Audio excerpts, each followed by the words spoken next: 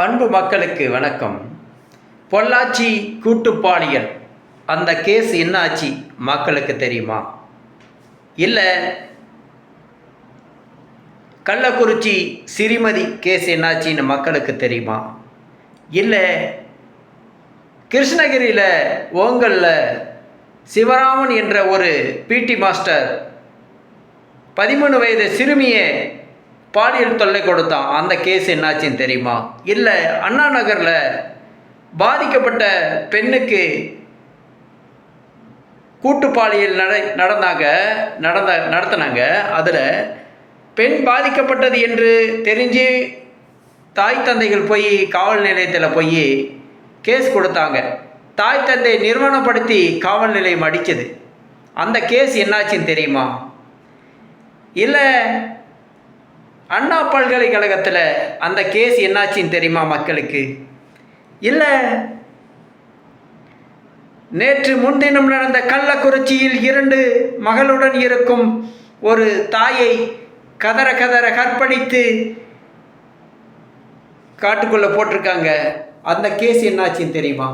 அந்த கேஸில் அமைச்சர் பொன்முடி 3.5 லட்ச ரூபா கொண்டாந்து கொடுக்குறார் நிவாரணம் சொல்லிட்டு. அமைச்சர் பொன்முடி அவர்களே, மு.க. ஸ்டாலின் அவர்களே, யாருக்கு இந்த நிவாரணம் வேண்டும்? நிவாரணம் எங்களுக்கு வேண்டாம். உங்களுடைய வேலை நீங்கள் செய்ய வேண்டும். சட்ட திருத்தங்கள் சரியாக இருக்க வேண்டும். ஏன் 1-2 பாலியல் வன்கொடுமை நடக்கும்போதே சரியான சட்ட திருத்தம் போட மாட்டேங்கிறீங்க? ஏன்? என்ன பிரச்சனை உங்களுக்கு? உங்களுக்கு ஓட்டு போட்டு உட்கார வச்சதே அதுக்கு தான் மக்கள். ஏன் இன்னும் எத்தனை பெண் பிள்ளைகள் பாதிப்பு ஏற்படுவாங்க இந்த தமிழகம் முழுவதும்? ஏன் போட மாட்டேங்கிறீங்க? நிவாரணம் கொடுக்க முன்னாடி வந்துடுறீங்களே. ஏன் 1-2 பாலியல் தொல்லை நடக்கும்போதே அடுத்த பாலியல் தொல்லை நடக்கவே கூடாது, அந்த அளவுக்கு செவிரான சட்ட திருத்தம் ஏன் போட மாட்டேங்கிறீங்க? இதுதான் என்னுடைய கேள்வி. இன்னும் எத்தனை பெண்கள் இது மாதிரி பாலியல் தொல்லையினால பாதிப்பு ஏற்படுவாங்க? இன்னும் எத்தனை பெற்றோர்கள் நாங்கள் நம்பி பள்ளிக்கூடத்துக்கு அனுப்புறது, ஒரு வேலைக்கு அனுப்புறது பெண்களுக்கு எப்படி முடியுமா? ஏன் போட மாட்டேங்கிறீங்க? என்ன பிரச்சனை? மது போதையினால இந்த சில பிரச்சனைகள் வருது. ஏன் மதுவை நிப்பாட்ட மாட்டேங்கிறீங்க? ஒரு அரசு மது விற்குமா? சொல்லும் பார்க்கலாம். ஒரு அரசு மது விற்குமா? சொல்லும் பார்க்கலாம். அது எல்லா துறையிலும் தமிழகத்தில் தூக்கம் கும்பகர்ணம் போல தூங்கிட்டு இருக்கு. டாஸ்மாக் துறை மட்டும் நல்லா வளர்ச்சி பண்ணுறீங்க. ஏன்னா அதில் நல்ல அமௌண்ட் பார்க்கலாம். தமிழகத்தில் உள்ள எல்லா துறைகளும் டாஸ்மாக் போல் டெவலப் பண்ணால் எத்தனையோ இளைஞர்களுக்கு வேலை வாய்ப்பு கொடுக்கலாம். நிலவளம், நீர்வளம், மலைவளம் களவு போனாலும் வாயை திறக்கிறதில்ல. ஏன் கேரளாவிலேருந்து மருத்துவ கல்லூரியில் கொண்டாந்து கொட்டினாலும் வாயை திறக்கிறதில்ல. என்ன நடக்குது இங்கே? எங்களுக்கு ஒன்றும் புரியல. படித்த இளைஞர்களுக்கு வேலை வாய்ப்பே இல்லை. எல்லாம் மது வேண்டாம் எங்கள் நாட்டிற்கு.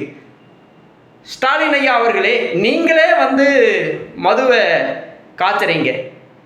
மதுவால் உங்கள் கட்சி சார்ந்தவங்களை வச்சிருக்காங்க. நீங்களே மறுபடியும் பட்டி தொட்டி மூலம் முடுக்கு நீங்களே விற்கிறீங்க. கடைசியில் என் அருமை உறவுகளை குடிச்சு நீங்கள் மதுக்கு வீணாக போகக்கூடாதுன்னு நீங்களே பேட்டி விடுறீங்க. ஒன்றும் புரியலை. உங்கள் ஆட்சி நல்லா சிந்திச்சு பார்த்தா குழப்பரசனாக இருக்குது. ஒன்றுமே புரியல ஸ்டாலின் ஐயா அவர்களே, என்ன நடக்குது? எங்களுக்கு ஒன்றும் புரியல. இதுதான் என்னுடைய ஒரு குமுறலான கேள்வி ஐயா. ஏன் இப்படி நடக்குது? என்ன பிரச்சனை இங்கே சொல்லுங்க. ஒன்றும் முடியல நம்மளால. இது சுதந்திர நாட்டில் தான், இந்தியாவில் தான் வாழ்கிறோமா, இல்லை ஜனநாயக இந்தியாவில் தான் வாழ்கிறோமா? இங்கே என்ன பண்ணுறோன்னு ஒன்றும் புரியாமல் வாழ்க்கை ஓட்டிகிட்ருக்குறோம். படித்த இளைஞர்களுக்கு வேலை வாய்ப்பு இல்லை. படின்னு சொல்கிறீங்க, ஆனால் படித்த இளைஞர்களுக்கு எத்தனை பேருக்கு வேலை வாய்ப்பு கொடுத்துருக்கீங்க? இந்த அரசு இல்லை, எந்த அரசு வந்தாலும் மக்களுக்காக பாடுபடுற ஒரு தலைவர் இல்லை. இன்னைக்கு எல்லாமே சுயநலவாதிகளாக வாழ்கிறீங்க. ஓட்டு போட்டது மக்கள் எதற்கு?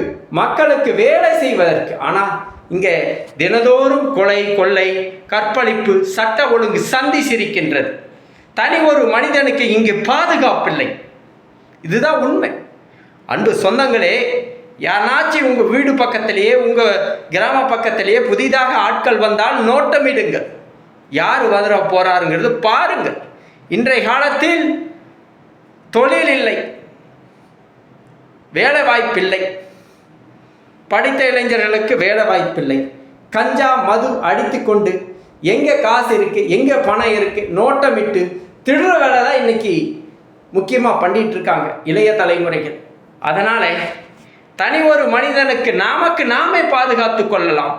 அரசு என்பது பாதுகாத்து கொள்ளும் என்பது சாத்தியமல்ல. உயிர் போன பிறகு வந்து கரெக்டாக போஸ்ட்மார்ட்டம் பண்ணி கொண்டு போய் அடக்கம் பண்ணிடுவாங்க, அதுக்கு மட்டும் வருவாங்க. ஆனால் நமக்கு என்ன பாதுகாப்பு இல்லை. கலி உலக நாடாகி போயிடுச்சு, கலி உலக தேசமாகி போச்சு, சுதந்திரமாக வாழ முடியலை. பழைய காலத்தில் பண்ட மாற்ற முறை இருக்கும் பொழுது நீங்கள் அரிசி கொடுத்தா நான் பருப்பு கொடுப்போம். அப்போது சூதுவாது இல்லாமல் மனிதர்கள் வாழ்ந்தார்கள்.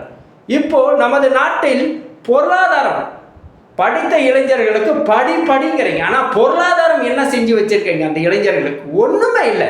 மது பின்னாடி போகிறான், கஞ்சா பின்னாடி போகிறான், போதை தலைக்கரிச்சுன்னா பெண்கள் பின்னாடி போகிறான். இதுதான் நடக்குது. இதற்கு முற்றுப்புள்ளி என்ன? இதுதான் நம்மளுடைய கொஸ்டின். வெல்லட்டும் தமிழ் தேசியம்.